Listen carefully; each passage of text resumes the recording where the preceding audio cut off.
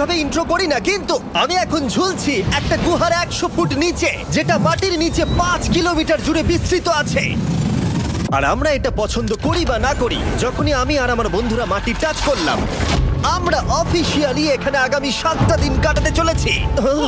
বাবারে, এটা আমার জীবনে করা সবথেকে ভয়ঙ্কর জিনিস। প্রথমত, আমাদের এখন এখান থেকে অনেকটা দূরে যেতে হবে। কেন? যদি ঝড় বৃষ্টি হয় তাহলে এই পুরো জায়গাটা জলে ভরে যেতে পারে, আর সমুদ্রের মতো ঢেউ এসে সবাইকে ভাসিয়ে নিয়ে যেতে পারে। সেই জন্য আমাদের আরো ভিতরে যেতে হবে একটা বেস ক্যাম্প বানানোর জন্য। ভাই এটা পুরো পাগলাম। এটা একটা অন্য জগৎ মনে হচ্ছে। এই কেভ এন্ট্রান্সটা হয়তো দেখতে সুন্দর, কিন্তু দেখে যা মনে হচ্ছে আসলে তা নয়। আর আমরা হয়তো জানি না যে আগামী 7টা দিন আমাদের জীবনের সব থেকে কঠিন সময় হতে চলেছে। সব থেকে বাজে ডিসিশন।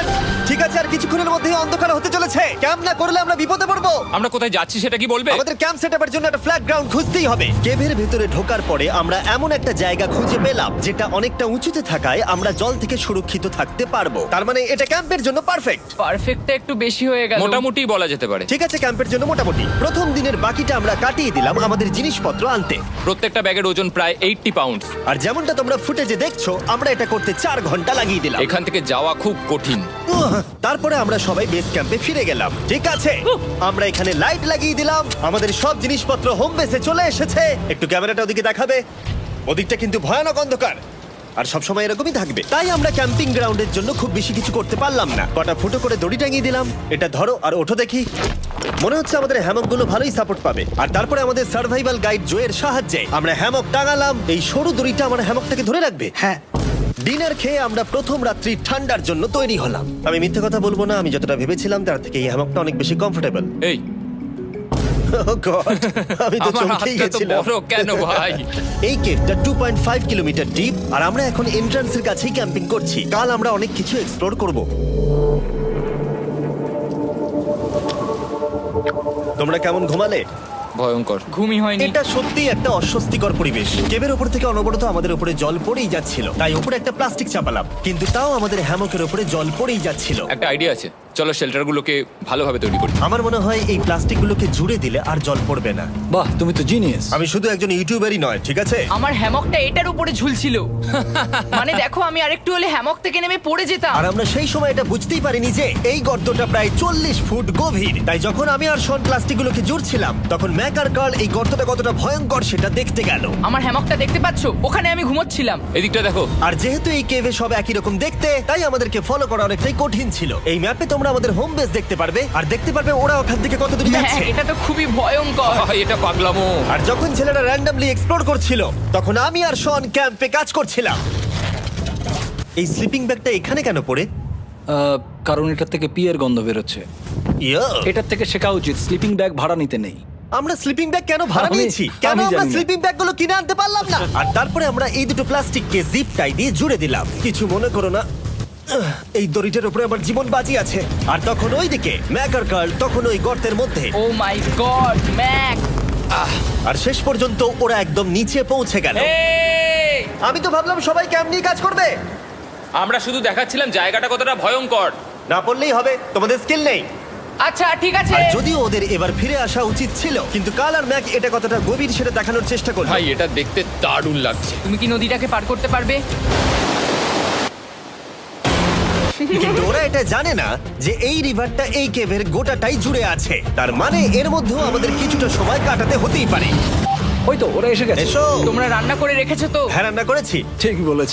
একটা নতুন বাড়ি, ঠিক বলেছি তো? একদম। এখন আমাদের একটা ছাদ আছে। আর এটা তো দারুণ। জিমি রান্না বেশ ভালোই আর করেছে। আমরা আমাদের ফায়ার পিটটাকে এই সুন্দর জায়গাটাতে নিয়ে এসেছি। জায়গাটা কেমন? বেশ গরম। আরামদায়ক। এই পাথরগুলো গরমটাকে ধরে রাখবে এবং ওপর থেকে যে পি পড়ছে সেগুলোকে আটকে দেবে। ওটা পি নয়। তাহলে ওটাকে কি বলবো? যদি জানি না, হয়তো বৃষ্টির জল হবে বা না, এটা বৃষ্টি নয়, না, পাথর মানে ইয়ে তুমি- করছে। এই একটু উপরে দেখাও। তুমি মেঘ দেখতে পাচ্ছো? পাথর দেখা যাচ্ছে। এটা বৃষ্টি নয়, রক পি। Rock P. ঠিক আছে, রক পি। ঠিক আছে, এটা রক পি। আর একটা শুকনো রাত ঘুমিয়ে কাটাবার পরে আমরা ঠিক করলাম জো আমাদের সার্ভাইভাল এক্সপার্ট, তাকে নিয়ে আমরা কেভের শেষ প্রান্ত অব্দি যাব। Cave, cave! Cave, cave! Cave, cave. Cave! দেখা যাক আমরা কেভের কতটা গভীরে যেতে পারি। তোমরা কিন্তু মনে রাখবে আমরা সবেমাত্র কেভের এন্ট্রান্সের দিকেই আছি, আর আমাদের ইচ্ছা এই কেভের শেষ প্রান্ত অব্দি যাওয়া, অবশ্যই না মরে গিয়ে। ও মাই গড, এটা তো খুবই স্টিফ। আরে এটা তো সবে শুরু। আমরা কেভের আরো গভীরে এসেছি। তোমরা সবাই সাবধানে আসবে। এটা খুবই ছোট জায়গা, আমার মনে হয় না এখান থেকে যেতে পারবো। কেভ এক্সপ্লোরের ইন্টারেস্টিং জিনিসটা হলো যা হোক করে আমাদের এই ছোট্ট ফাঁকগুলোর মধ্য দিয়ে এগিয়ে যেতে হবে। ও মাই গড, খুব ছোট জায়গা। আর তারপরেই খুব বড় একটা জায়গা আসবে, সেটা এতটাই বড় যে কিছু না দেখতে পাওয়ার জন্য এটা করতে হলো। ও মাই গড! এবার আমি সব দেখতে পাচ্ছি, এটা দুর্দান্ত। এটার তো অনেক আলো। ভাই জায়গাটা কতটা সুন্দর দেখো। বাপরে কি আলো, আমি তো তাকাতেই পারছি না। আমি তো অন্ধ হয়ে যাব মনে হচ্ছে। এ বাবা, এটা কি হলো? আমরা বোধহয় ঠিক মতো এটাকে ব্যবহার করতে জানতামই না। চলো এগিয়ে যাই। আর তাই আমরা এগোতে থাকলাম। এই যে এই জায়গাগুলো, এগুলো খুব ভালো ধরার এখানে? জায়গা। এগুলো ধরে এখান থেকে পা ঘুরিয়ে চলে আসতে পারবে। এইভাবে কি? একদম পারফেক্ট। জো সব থেকে ভালো কেভ গাইড। এভাবে কেউ গাইড করতে পারবে না। ঠিক আছে, এইবার ব্যাপারটা ইন্টারেস্টিং হবে। কি? এটা কি? এখান থেকে আমাদের ওয়েট শুট পরে সাঁতার কেটে যেতে হবে। গতকাল ম্যাক আর কার্ল এটা নিয়ে মজা করছিল, কিন্তু এই কেভে আমাদের পরের অ্যাডভেঞ্চারটা ছিল একটা প্রায় জমে যাওয়া নদীর মধ্যে। ও মাই গড, এটা তো পাগলামি! তার মানে আমাদের ওয়েট শুট পড়তেই হবে যাতে আমাদের হাইপোথার্মিয়া না হয়। আমরা এটা কেন করছি? এই এক্সপেরিয়েন্সটা তো জীবনে একবারই হবে। এটা করলে হয়তো আর নাও বেঁচে থাকতে পারি। আমাদের এই কেভের শেষে পৌঁছতে হলে আমাদের এই নদীর মধ্য দিয়ে, এই ছোট্ট ফাঁকগুলোর মধ্য দিয়ে সাবধানে ধীরে ধীরে এগিয়ে যেতে হবে। আস্তে আস্তে নামো, স্রোতের কারণে পা পেছনে টানতে পারে। ঠিক আছে, আমি তাহলে নামছি। তুমি ওই দেয়ালগুলো ধরে ধরে এগোতে থাকো আস্তে এটা তো আস্তে। খুব ঠান্ডা। তুমি পারবে জিমি। জানি না এখানে ঢুকতে পারবো কি না। জিমি, এবার তুমি জল থেকে উঠে দাঁড়িয়ে পড়ো। এটা সত্যি একটা পাগলামি। এখানে কি ঠান্ডা!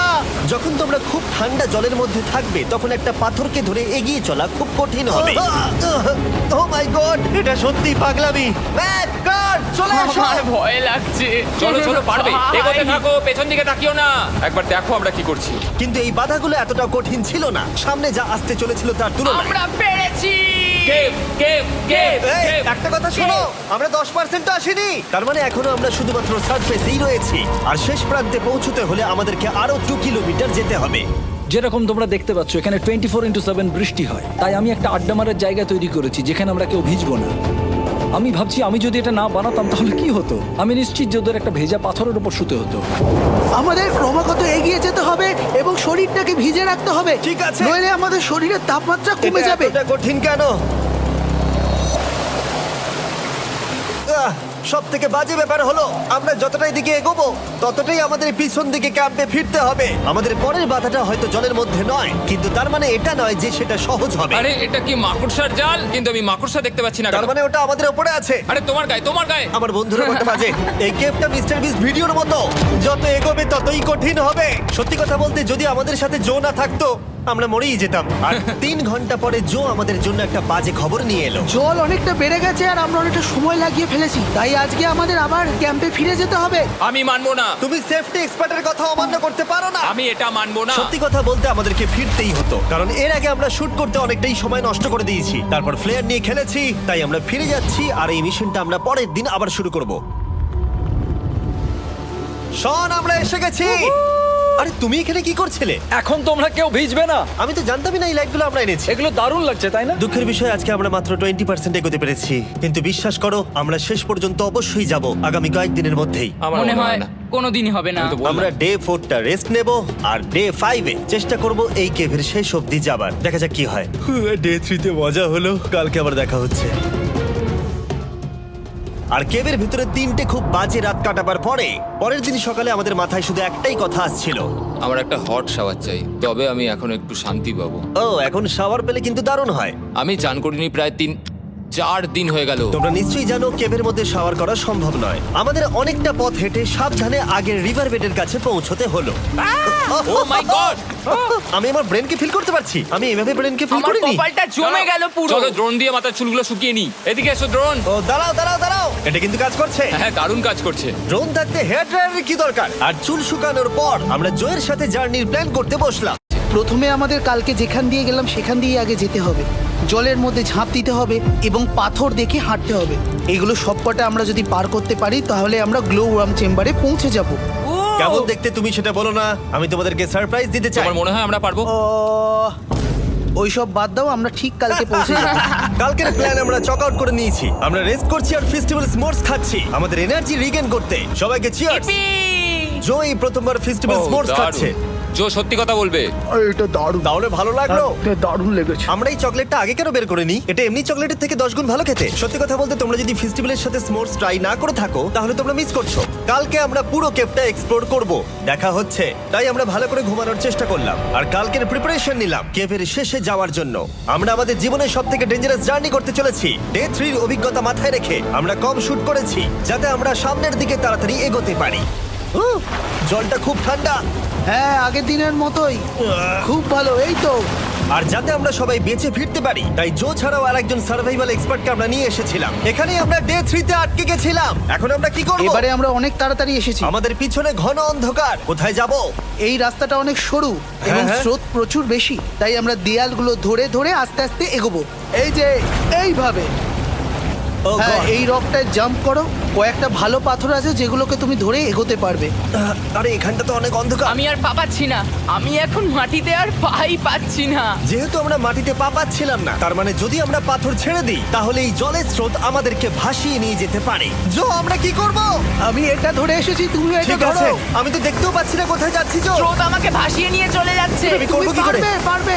শুধু মুখটা এখান থেকে ঢুকিয়ে দাও, আমি হেল্প করছি। এখানে আমি ঢুকবো? হ্যাঁ, এই গর্তের মধ্যে। এই তো, খুব ভালো। এটা আমার জীবনের সবথেকে বিপজ্জনক অ্যাডভেঞ্চার। আমরা এখন কেভের অনেক গভীরে চলে এসেছি আর এবার আমাদের সামনে প্রথম বড় বাধা। এখানে জলের একটা ঘূর্ণাবর্ত আছে, যদি তুমি এর মধ্যে পড়ে যাও তাহলে তোমাকে একদম নিচে নিয়ে চলে যাবে। মানে আমরা পড়ে গেলে মরে যেতে পারি। হ্যাঁ, মানে আমরা মৃত্যুর সাথে খেলা করছি। এটা এতটা বিপজ্জনক হতে পারে আমি সত্যিই ভাবিনি। খুব ভালো। এই তো। তাহলে কি আমার পা এখানে হ্যাঁ, রাখবো? রাখো রাখো। ঠিক আছে, এই তো আমি পেরেছি। এটা আমার ভাবনার থেকেও বেশি কঠিন ছিল। এই নদীটা কতটা শক্তিশালী এই গোটা কেভটাকে তৈরি করেছে। কিন্তু মজার ব্যাপার হলো আমরা পাথরের মতো শক্তিশালী নই। আমি শুধুমাত্র মানুষের মতোই শক্তিশালী। সৌভাগ্যবশত কাল এই অ্যাডভেঞ্চারে লিড করেনি, তার বদলে আমরা একজন অ্যাভেঞ্জার জোকে পেয়েছি। ও কতটা এক্সপার্ট তার প্রমাণ হিসেবে বলতে পারি। সে লিটারালি কতটা ওপর থেকে আমাদেরকে নদীতে ঝাঁপ দিয়ে দেখালো। ও মাই গড, এটা পাগলামি। কে বললো এটা পাগলামি? এটা তো আমার কাছে খুবই সহজ। আমি এটা করব। তুমি কোনোভাবেই এটা করতে পারবে না। আরে কি বলছোটা কি তুমি? আমি এক্ষুনি করতে চাই। চলো যাচ্ছি। God speed back. জিমি আমার সাথে যা যা করেছে তার কাছে এটা তো কিছুই নয়। 3, 2, 1।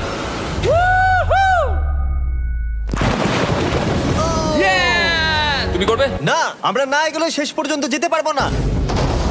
ও মাই গড, আমাদের নিচের দিকে যেতে হবে। আমরা সবসময় স্রোতের উল্টো দিকে কেন যাই? এখন শুধু আমি ভেসে ভেসেই যেতে পারবো, আর কিছু না। এই জলের তলায় অনেক ধারালো পাথর আছে, তোমরা সেগুলোকে দেখতে পাবে না, তাই সাবধানে পা ফেলবে। ও মাই গড, আবার এটা গভীর আরে হচ্ছে। আমার পা তো কিছুর উপরে রাখতে হবে। ছোট ছোট পাথরগুলোই একমাত্র বাধা ছিল না, মনে হচ্ছে আমাদের প্রতিটা পদক্ষেপে। ও ভাই, আমি কিচ্ছু দেখতে পাচ্ছি না। এটা খুব ভয়ঙ্কর। কেভটা আরো অন্ধকার হয়ে আসছিল এবং আরো সরু। আর তখন আমরা জানতাম না যে আমরা ফিনিশ লাইন অবধি পৌঁছতে পারবো কিনা। আমি ক্লান্ত হয়ে পড়েছি। এই কেভে আরো কঠিন বাধা আসার আগে তোমাদেরকে আমি কিছু দেখাতে চাইবো। জো, তোমার ব্যাগটা দাও। এলাম গ্লো Thank you. ওয়ার্ম চেম্বারে। ভাই, এবার খুব ভালো লাগছে। ঠিক আছে টিম, তোমাদের গ্লো ওয়ার্ম চেম্বারে স্বাগত। এ তো দারুণ। এটা দারুণ লাগছে। ভাই, এটা পৃথিবী মনে হচ্ছে না এখানে একদমই। যে আলো তোমরা দেখতে পাচ্ছ সেগুলো আসলে ছোট্ট ছোট্ট বায়োলুমিনেসেন্ট গ্লো ওয়ার্ম তৈরি করেছে। এটা দেখতে অনেকটা মিল্কি ওয়ে গ্যালাক্সির মতো লাগছে। ওয়াও! আর এই মুহূর্তটা, এই ভিউ, সত্যি বলতে এই ট্রেকের সমস্ত ক্লান্তি যেন দূর করে দিল। এখানে অবধি পৌঁছানো যেন সত্যি একটা অ্যাচিভমেন্ট ছিল। কিন্তু এখন আমাদের যাত্রা শেষ হয়নি, কারণ আমাদের এখান থেকে এখন বেস ক্যাম্পে ফিরতে হবে। আজকে ডে 6 হতে চলেছে, এখনো ওরা আসেনি আর আমি খুব ক্লান্ত।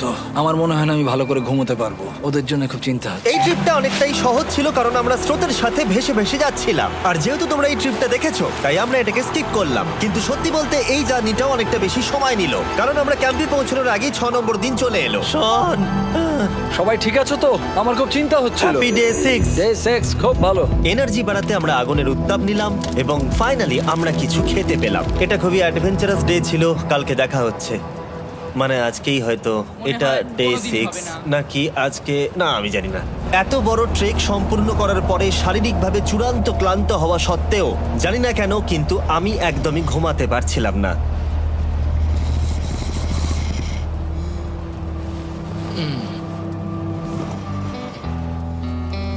আমি 7 দিন সলিটারি কনফাইনমেন্টে কাটিয়েছি, কবরে কাটিয়েছি 7 দিন রাত